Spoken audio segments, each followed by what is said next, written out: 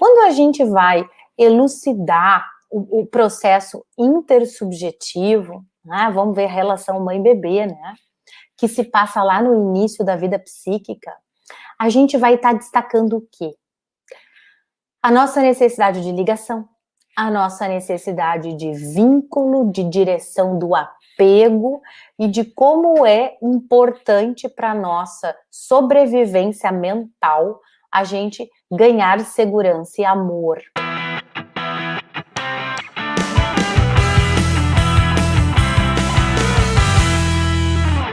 Olá, seja muito bem-vinda ao programa IPSI, um programa para psicóloga conectada com a necessidade de prosperidade e, é claro, com a criatividade na clínica, né?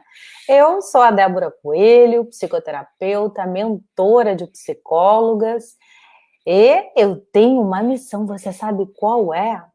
Te ensinar a ganhar mais, trabalhar menos, realizando atendimentos de extrema qualidade.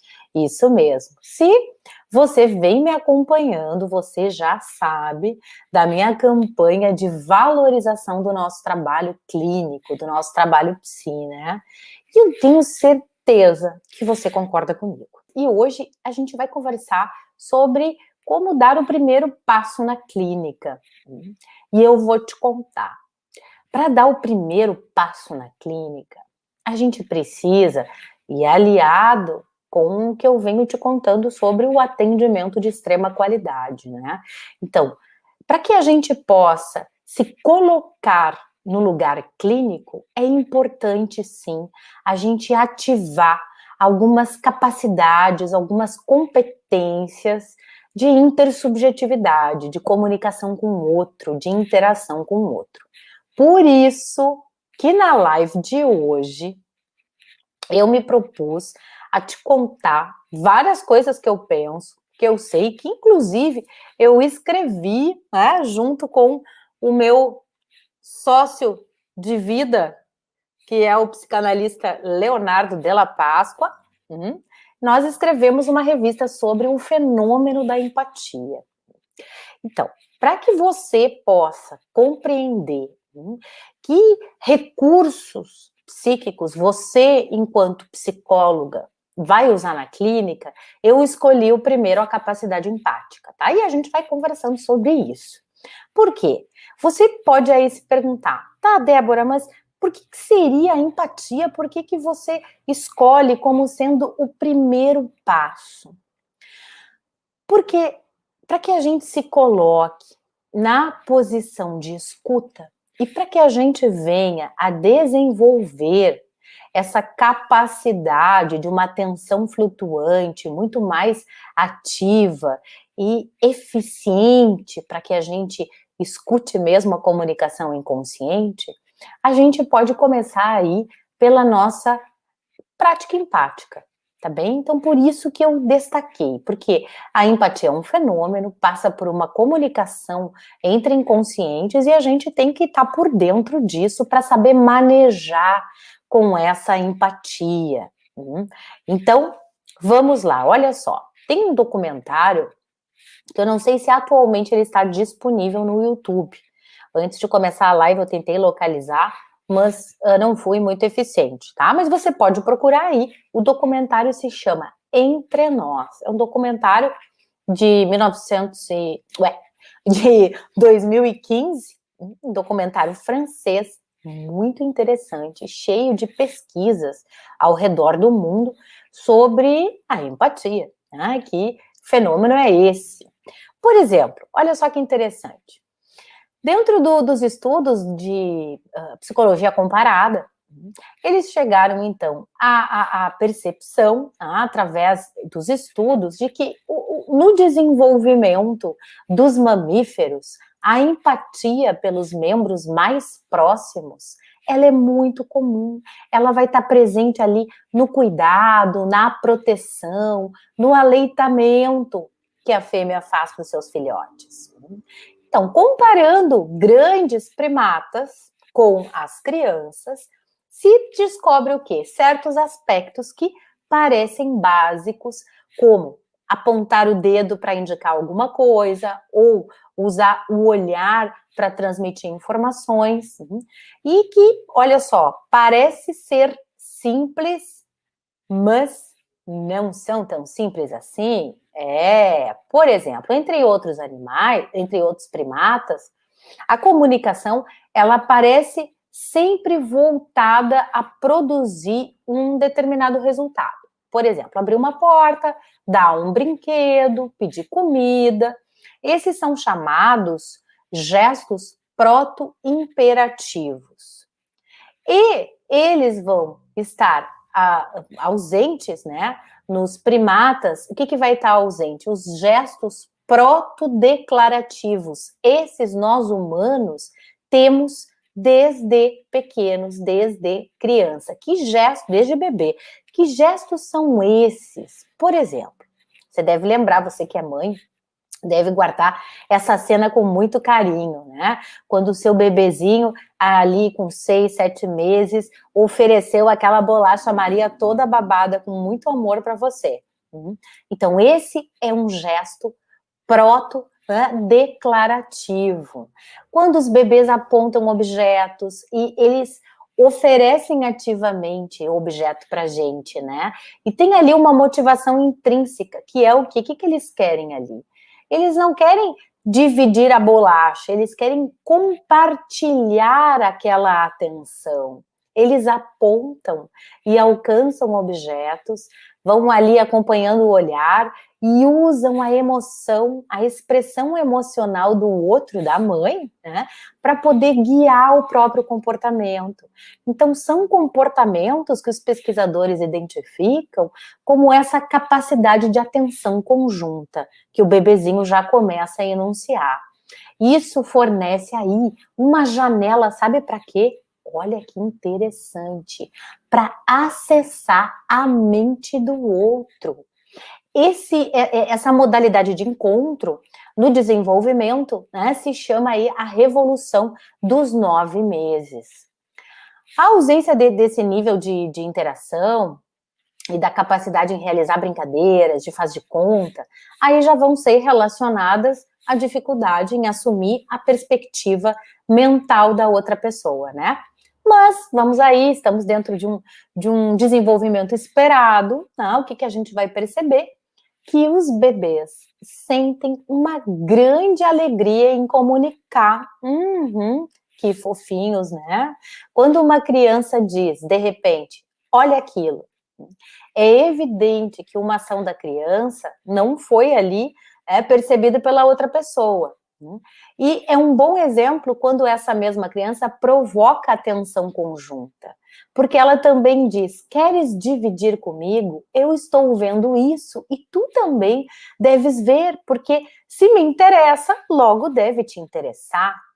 Então, partilhar por prazer é algo especialíssimo dos humanos.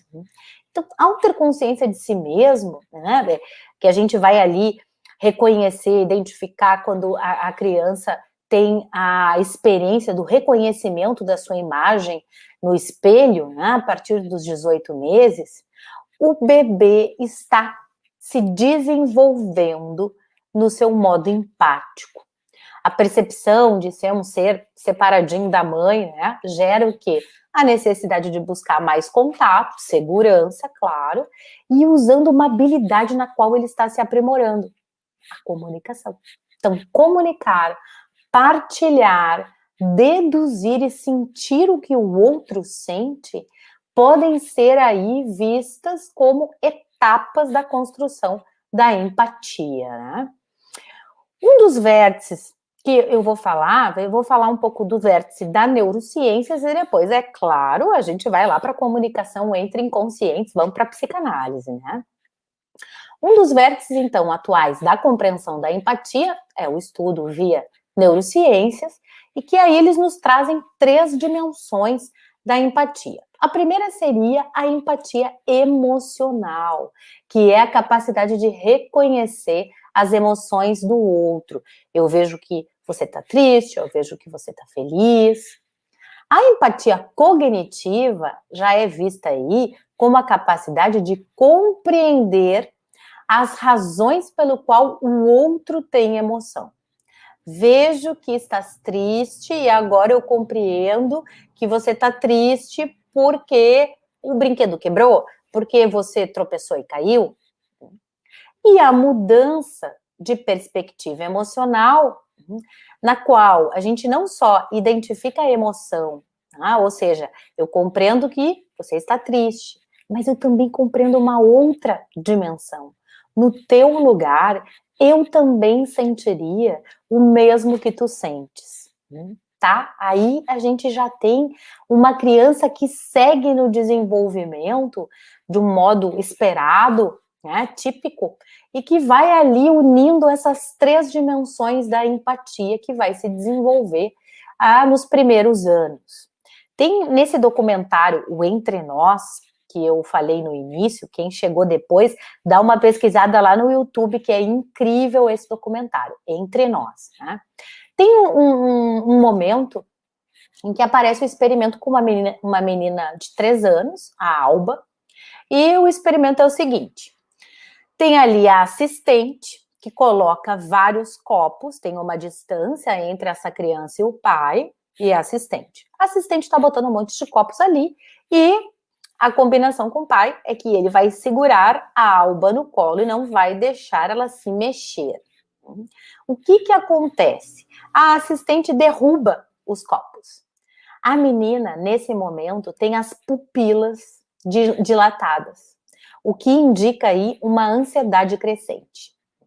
Ela fica agitada, o corpo faz um movimento de ir até a assistente e o pai tem que dar uma trancada ali. Quando esse pai solta a garota, ela corre direto para a assistente e vai ajudá-la a recolher os copos que caíram e as pupilas da criança voltam ao normal. O que os pesquisadores descobrem com isso, né? Com esse estudo, é que as crianças, elas não só querem ajudar, como elas ficam satisfeitas com isso.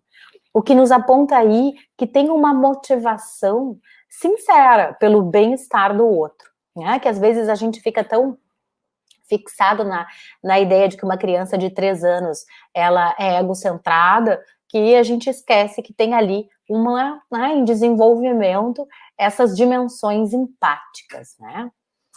Claro que também tem o que não vai funcionar, o que dá aí não tão certo nesse caminho, quando a gente percebe que tem uma dificuldade, né, que a criança tem uma dificuldade, por exemplo, à medida em que ela cresce, em se colocar na posição de alguém.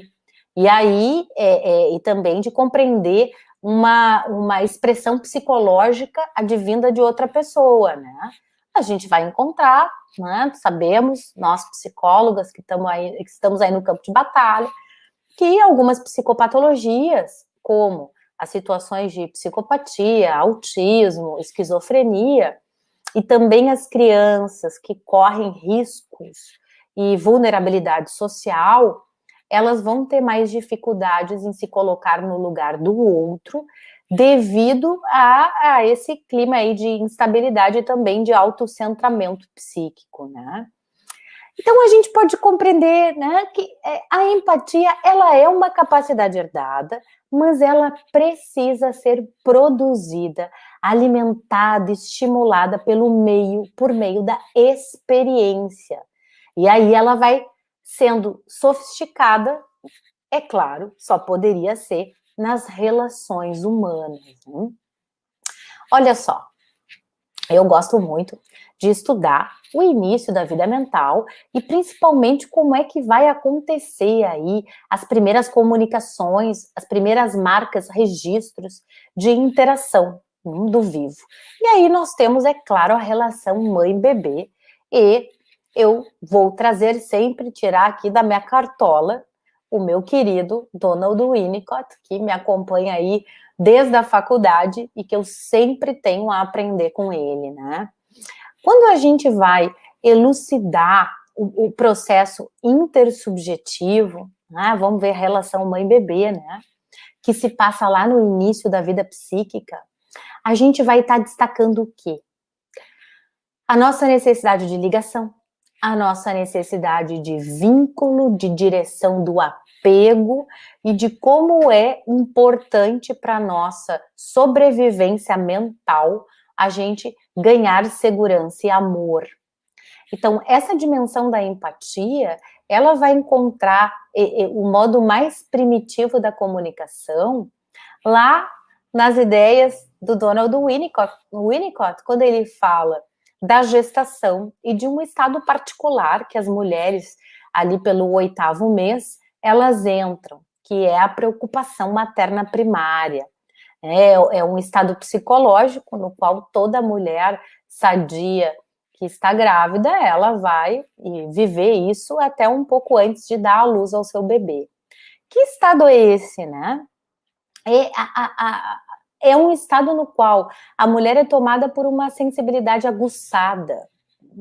Ela vai ficar mais voltada para si e para a interação com aquele bebê que ela espera do que com as demandas exteriores, as questões que acontecem no mundo, por exemplo. Então, essa capacidade já está sendo desenvolvida para que quando este bebezinho nasça, exista aí uma capacidade refinada de sintonia, com o propósito desta mulher ser mãe, se tornar mãe, e estar disponível para poder corresponder, compreender e atender às necessidades desse bebê, que sem a mãe não vai sobreviver, né? Então, é essa zona de mistura que o Winnicott vai dizer que, em grande parte, a mãe é o bebê e o bebê é ela. E é por essa condição que, antes do nascimento do bebê, a futura mãe já consegue empatizar com ele, né? Se a gente pudesse escolher um marco para a produção interativa da empatia, esse seria, sabe qual? Eu vou buscar no Winnicott, estou lá no Winnicott também. Seria o que ele chama da primeira mamada teórica, né? O que é isso? É quando o bebê vai encontrar o bico do seio. O bico não vai ser posto ali, né? O bebê ele tem que ir cheirando e ele vai encontrar, para saciar a sua fome, algo que ele imagina que ele criou. Na sua ilusão, ele cria aquele objeto que vai satisfazê-lo, que vai tranquilizá-lo, né? Então, a mãe atesta a sua presença fornecendo o seio e o desejo de alimentar esse bebê, e o bebê é capaz de conceber aí a ideia de que algo vai realmente resolver a fome dele, né? Então, aí a gente tem uma área de sobreposição, né? Que eu falei para você aí, que é um momento de ilusão. Em outras palavras, o bebê vem em direção ao seio, tá faminto, pronto para alucinar que alguma coisa, né, que pode ser atacada ali, que ele vai morder. Nesse momento aparece, tchanã, o bico ideal, o bico real, e ele pode sentir que esse bico era exatamente o que ele estava precisando. Então, essa área é a primeira comunicação, se chama mutualidade. Esse tipo de experiência, então, ele é um processo silencioso, né, que se a gente não destaca, a gente nem enxerga, mas ele é que vai marcar o início da comunicação humana. Então, né, por esse meio de entrar em real contato com o seu bebê, empatizando com as necessidades desse bebê, a mãe oferece a possibilidade desse bebê se identificar com ela. E aí a gente tem esse campo importantíssimo para a clínica, que se chama intersubjetividade. Né? Se você me pergunta, Débora, qual é um campo que a gente trabalha quando a gente está ali sentada, né, escutando o paciente? Intersubjetividade. E aqui faz sentido, sim, a gente abrir essa palavra, né, porque ela está aí atravessada de toda a interação humana. Se a gente vai ver lá nos primeiros meses de vida, né, a nossa mente, nos estudos, por exemplo, do Daniel Stern, Tem até um livro que se chama O Diário de um Bebê, eu também indico, porque é show de bola, que a gente entra ali na mente do bebê, né? E se a gente quer trabalhar com pessoas, a gente tem que entender como é que começa a empatia, como é que é a primeira comunicação, né? Como é que se dá a intersubjetividade. Por isso que a gente vai estudar a relação mãe-bebê, né? Então, ele vai dizer que a nossa mente, desde bebezinhos, a nossa mente humana, ela é preparada e motivada para se envolver, para comunicar e para compartilhar. E essa possibilidade torna aí os bebezinhos agentes intencionais. E eles têm aí uma consciência ativa. Por exemplo, o contato do olhar, o toque, que aconchega, a fala afetuosa, que vai despertar sorrisos, bem como, né, vão aumentar o quê? O envolvimento interacional do bebê. Ele vai abrir mais os olhos, ele vai colocar em estado de alerta, né? E esses são processos muito mais complexos, esses processos interacionais, do que, por exemplo, simplesmente imitar um gesto do corpo. Por quê? Porque aí, o que é intersubjetividade? São esses estados subjetivos que vão ser compartilhados. E se você está na clínica, e se você vai começar a atender, é isto que você vai fazer. O primeiro passo que você precisa ter consciência é que na nossa postura, na nossa posição de escuta, o que a gente faz é tentar mapear e encontrar o universo de referência do outro, daquele outro que ali buscou, né, a nossa ajuda. E nós vamos ficar muito atentas a essa subjetividade que vai ser ali compartilhada, esses estados subjetivos, né? E a intersubjetividade, ela marcou aí, por exemplo, a nossa capacidade de fazer famílias humanas, e oportuniza essa troca entre estados internos, entre afetos, intenções e outras qualidades intensivas da experiência relacional que a gente tem com o outro, que a gente deseja muito compartilhar, né? É pela possibilidade, então, de estar com o outro, sentindo com ele, que a gente vai usar a linguagem, e aí outros componentes desses estados subjetivos podem ser trocados, podem emergir novamente. E para que isso aconteça, para que essa intersubjetividade role, além de estarmos conscientes de que esse fenômeno se dá na clínica, a gente também tem que pensar na qualidade do ambiente que a gente está oferecendo para o nosso paciente. Ou seja, um ambiente suficientemente bom, né? Voltando para o nosso querido Winnicott. Eu não sei se você se lembra, né? Mas essa condição, ela tem que acontecer na sua sala de psicoterapia, viu?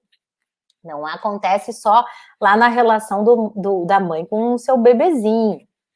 Essa condição, então, ela vai se desenvolver, essa condição de interação subjetiva, de compartilhar afetos, essa condição empática, então, ela vai precisar de um holding, né? Ou seja, um holding no sentido de to hold, né? De abraçar, segurar, sustentar seria aí a melhor definição, a melhor tradução dessa palavra, né? Sustentar e conter.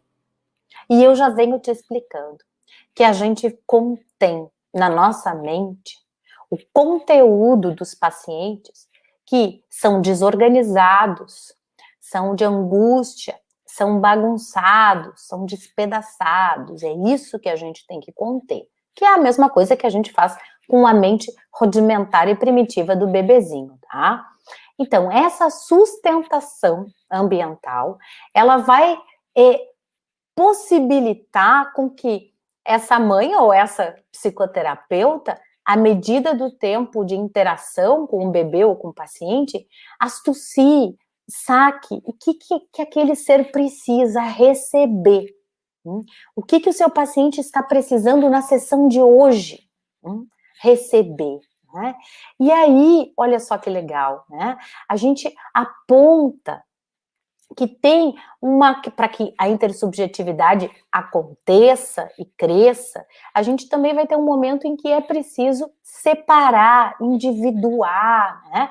Esse bebê que durante o primeiro ano de vida está ali sem diferenciação, consciência, né? De uma diferenciação física e psíquica, sem a noção de que tem estados internos, né?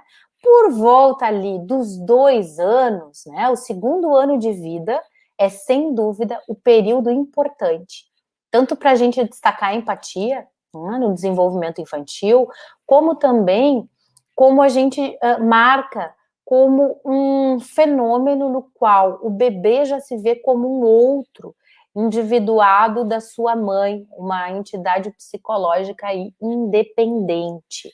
O que vai ser importante, claro, né, para representar os sentimentos alheios, ao mesmo tempo que surge a famosa necessidade de reparação, de se preocupar com o outro. Aí você pode me perguntar, tá, Débora, beleza, e na clínica, tá? E na clínica como é que é? Bom, olha só.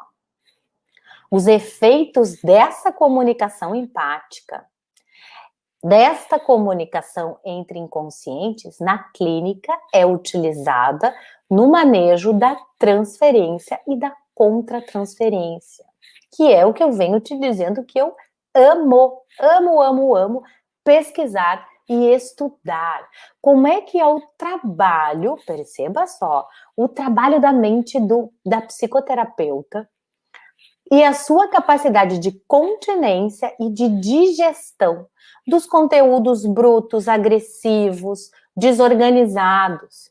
E é isso que vai fazer com que a gente consiga chegar perto do paciente, consiga, como eu falo, mapear que presença é essa, né? E justamente ajudá-lo, né? Fazendo ali um bom andamento do nosso trabalho clínico.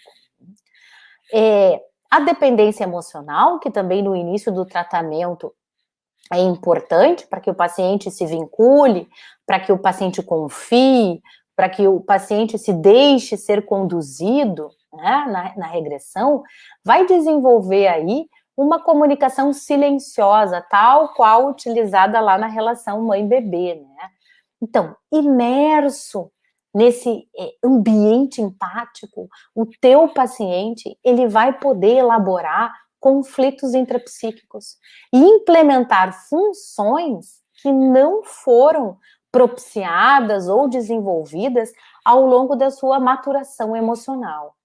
Então, essa tarefa analítica, ela reforça para a gente a eficiência do encontro voltado para as necessidades afetivas vinculares do nosso paciente, tá? Mas, para que a gente alcance essa dimensão continente, a gente precisa estar, o quê? Atentas ao cuidado e à instrumentalização dos nossos processos mentais. Então, você tem que cuidar da sua mente, colega, tá? Para poder usá-la bem direitinho na clínica. Então, esse primeiro passo, ele é fundamental para você entender aí. Tá, mas vou começar na clínica. O que acontece na clínica? Que não é de outro mundo, não é espiritual, não. É uma comunicação entre inconscientes. É um ambiente suficientemente empático, no qual o seu paciente vai poder se mostrar, se revelar e crescer naquilo que ele ficou impedido, né, como eu falei antes aí no seu processo maturativo. Vai ficar muito mais aliado à vida, à saúde, do que em circuitos que são mais sintomáticos, agregados ali à paralisação, ao medo de expandir a vida e de poder, né, ter muito mais prazer aí em experimentar, inclusive, desafios, né? Eu não sei se quem está assistindo aí, se tá legal, estão compreendendo, manda um joinha para mim, tá fazendo sentido. Vocês concordam que a empatia é entender que meio é esse que a gente vai trabalhar na clínica é importante como primeiro passo? Eu acho que é fundamental, né? Bom, você sabia quem começou a apontar o benefício da empatia dentro da psicanálise? Não foi Freud, não foi Freud, não. Foi o nosso querido, caiu aqui, Ferenczi, Sandor Ferenczi, lá em 1928, num texto que é chamado A Elasticidade na Técnica, ele vai trazer um conceito muito legal que se chama tato psicológico, né? Que seria o quê? É a capacidade de sentir com.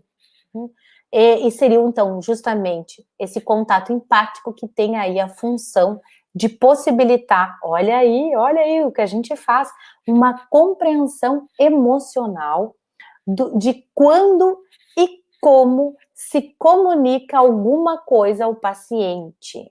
Ah, a Patrícia que me respondeu. Patrícia, tudo bom, Patrícia? Boa noite.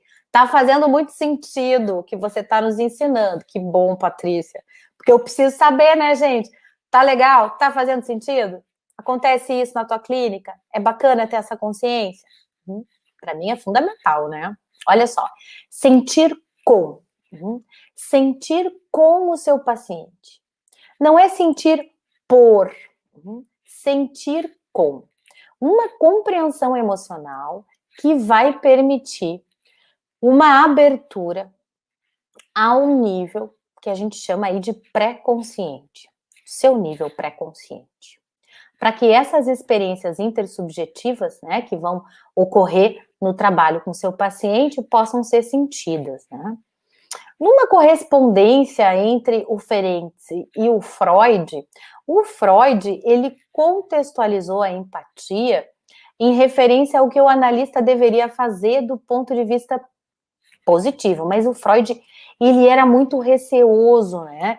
Porque ele temia aí a possibilidade de provocar excessos de subjetividade. E ele não estava equivocado, né? Porque vamos voltar lá para o início, Freud e todos aqueles homens que o acompanhavam, algumas mulheres, como a Maria Bonaparte, a Luz Salomé, que pintou por ali para estudar um pouco, mas aqueles, né, homens que precisavam ser preparados para escutar mulheres histéricas nos seus também entremeios de sedução, como não cair na rede transferencial, né, e dar ali aquela atuada junto com a paciente. Então, o Freud se preocupava com isso, né? E sabemos de vários que escorregaram justamente nesse ponto, né? Mas depois do Ferenczi, teve também um cara que foi muito genial. Eu não sei se você conhece, se já leu, mas eu tenho muito carinho por ele, que é o Carl Rogers. E que ele mestre da empatia, mestre de usar a empatia com seus pacientes, ele já marcava aí 4 qualidades, capacidades, eu gosto mais de chamar, que nos guiam na escuta. Olha só, o que a gente precisa? Lembrando do Rogers. Uma genuína capacidade de receptividade, de interesse por aquilo que o paciente está dizendo, por aquilo, para tentar desbravar o que ele é, como ele funciona, o que ele pensa, o que ele sente, dar a devida importância, sem julgamentos morais, né? Essa é a nossa neutralidade. A gente não vai se misturar, né? Não importa se na nossa vida pessoal esse ponto de vista é difícil, né? Se a gente não concorda com aquela religião, aquela política, não importa. Importa é que faz sentido para o universo do paciente. O respeito pelo indivíduo. Por quê? Tem aí um ponto que eu vou trazer no My Live. Eu acho que vale a pena a gente conversar, que quem está iniciando na clínica talvez não conheça, mas depois, quando a gente já está mais velhinha na clínica, a gente pode escorregar. É no poder, nesse lugar de poder que a gente ocupa, tá? E aí, por isso que é importante esse respeito para a gente ficar no nosso lugar de incentivar, ajudar, impulsionar o outro e não responder pelo outro e tomar atitudes no sentido de conduzir o outro para algo que ele nem sabe que está sendo conduzido. Então, o respeito pelo seu paciente. E é claro, essa capacidade fantástica que é a compreensão do self. Como é que a gente vai usar esse conhecimento psicológico? E ali, acho que foi 1950 e 51, que o Rogers, recorrendo a essas capacidades que eu falei, ele usa explicitamente, ele usa a palavra empatia, dizendo que a empatia é, então, o desenvolvimento do interesse e da receptividade para com o outro, procurando aí, uma compreensão profunda sem que a gente caia no julgamento. E chegamos a um ponto que é fundamental, já que a gente está falando de julgamento, que é neutralidade. Por quê? Olha só. Cuide, porque é preciso dosar com critério o quanto iremos nos aproximar emocionalmente da situação que testemunhamos, tá? Sendo aí importantíssimo a gente manter um afastamento adequado para que a gente consiga manter a nossa mente pensante, sem que a gente se contamine em demasia com o conteúdo emocional que o paciente está trazendo. Essa orientação, ela marca aí um detalhe super importante que a gente aprende com a psicanálise, Para a gente funcionar de modo empático no consultório e permitir que esse modo de comunicação aconteça, é preciso não estar misturado ou identificado com o nosso paciente. Essa distância, ela ganha o nome de neutralidade. E essa preocupação do Freud, de outros da psicanálise, ela se justifica porque a empatia seria a emoção mais profunda e menos passível de defesa, que poderia aí provocar esse excesso de envolvimento que a gente está sempre cuidando, está sempre de olho. Então, a capacidade de sentir e de perceber o mundo interno do outro como se fosse o próprio, mas sem perder a qualidade como ser, lá que o Ferenc nos ensinou, Então, isso nos alerta que a gente não pode perder a noção de que o fato, não é o sendo importante fazer a distinção entre ambos, como ser. Esse cuidado, ele vai nos impedir que a gente se misture, que a gente caminhe em direção a uma simbiose, a não diferenciação, Porque esse não é o uso saudável da empatia. O uso saudável da empatia é o quê? É a gente conseguir se conectar, tendo uma separação sadia e identificando ali, respeitando as diferenças que estamos percebendo. Porque se não tem a clara diferenciação, eu e o outro, a gente vai falhar na nossa capacidade de empatizar, A gente não pode perder aí o senso de nós mesmos e ficarmos aí enredados ou permitirmos, que o nosso processo criativo possa se contaminar e isso atrapalharia a experiência do nosso paciente, Olha só, sentir por é muito diferente de sentir com. O uso clínico da empatia solicita que a gente possa permitir esse contágio emocional, depois a gente recua, a gente vai se distanciar desse contágio e a gente vai ganhar aí uma perspectiva de sentir pelo paciente, suportando e contendo a experiência de ser visto ou se tornar determinado personagem sem que a gente tenha uma escapada defensiva, Ou seja, o que eu estou dizendo? A gente vai cocriar ali com nossa dupla, porque a gente não faz o trabalho sozinha, uma nova experiência relacional em que ambos se alternam entre uma perspectiva do eu e do outro. E aí a gente vai criar essa zona de comunicação, essa conversa que se chama clínica e que opera as transformações psíquicas que a gente tanto deseja ver nos nossos pacientes, né? Então, esse seria o fruto de uma forma de comunicação que se fundamenta no mundo subjetivo compartilhado, né? E que, se a gente está cuidando da nossa mente para a gente não ser capturado pelo sentir com, né? E voltar para a nossa mente e poder dirigir melhor, conduzir melhor o tratamento, a gente certamente vai poder aí ajudar, não só a entrar em contato com o universo do outro, mas efetivamente ajudar, estar receptivo para poder compartilhar também esse estado de liberdade, de soltura, para esse paciente que se ensaia na vida. É como se a gente estivesse utilizando ali o olhar amoroso da mãe, que dá o primeiro passo para uma experiência crescente de sentir com, de dizer aí, eu estou junto contigo, não vou me misturar contigo, mas eu vou estar junto contigo nesse percurso, tu não tá sozinho para te transformar, né? E isso resgata a possibilidade humana da gente criar muito mais saúde e muito mais vincularidade para esse paciente que está precisando tanto, né? Então, caríssimas, eu fico grata pela companhia de hoje. Amanhã eu volto e eu vou continuar esse papo que a gente começou hoje, tá? Porque o que eu pensei em trazer amanhã para vocês?